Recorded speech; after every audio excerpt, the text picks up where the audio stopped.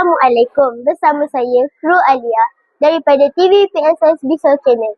Pada hari ini, Sekolah Sultan Ismail II menganjurkan majlis kerasmian bilik pemulihan baharu yang dinamakan sebagai Anjung Sarjana Harapan.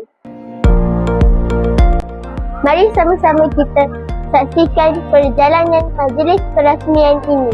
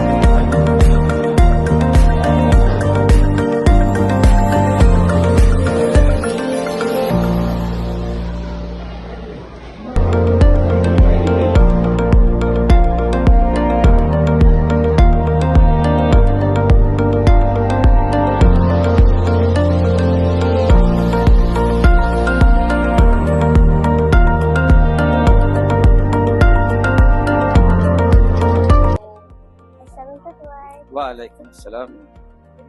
Bersama saya Hur Iman Zahia.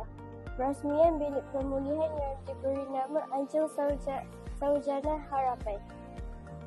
Terlebih dahulu, terima kasih kerana sudi meluang masa bersama kami. Boleh tuan pandangan mengenai penubuhan bilik pemulihan Anjung Sarjana Harapan ini? Assalamualaikum warahmatullahi wabarakatuh. Terima kasih kepada kita untuk pada saya bilik Anjung Sarjana Harapan ini merupakan satu inisiatif yang baiklah daripada pihak sekolah di mana menyediakan ruang pembelajaran yang kondusif terutamanya pada anak-anak pemulihan yang memerlukan satu bilik yang kondusif bagi mereka belajar di dalam bilik kelas ini dengan kelengkapan yang kreativiti daripada pihak sekolah, dengan kelengkapan alat-alat bantu mengajar, bahan bantu mengajar yang memberi sokongan kepada anak-anak pemulihan untuk mendapat pendidikan yang baik daripada guru dalam keadaan yang baik, selesa dan kondusif.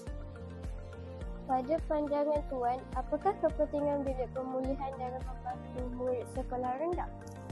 Bagi saya, kepentingan bilik bukan sahaja bilik pemulihan, bilik-bilik atau kelas-kelas yang lain juga adalah ruang pembelajaran. Ruang pembelajaran yang mana ruang pembelajaran ni kita perlu keselesaan. Anak-anak kita memerlukan keselesaan dari segi ruang belajar, di mana boleh menempatkan pelbagai alat-alat bantu mengajar sebagai bahan sokongan kepada anak-anak kita.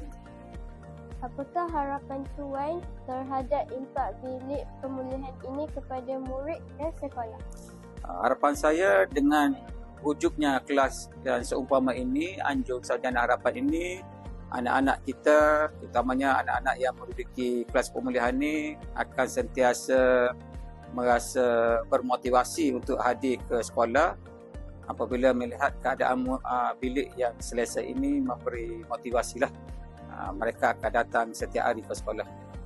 Akhir sekali, apakah pesanan tuan kepada guru dan murid yang akan memanfaatkan bilik pemulihan ini?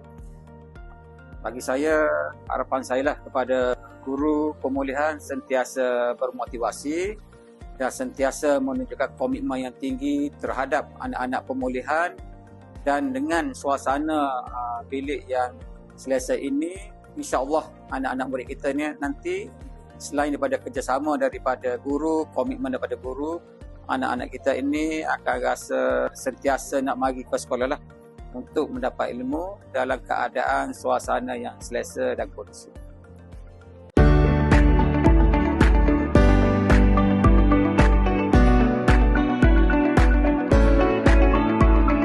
Maka berakhirlah majlis perasmian Bilik Anjung Sarjana Harapan. Jangan lupa like, komen, share dan subscribe TVPSS Visa Channel.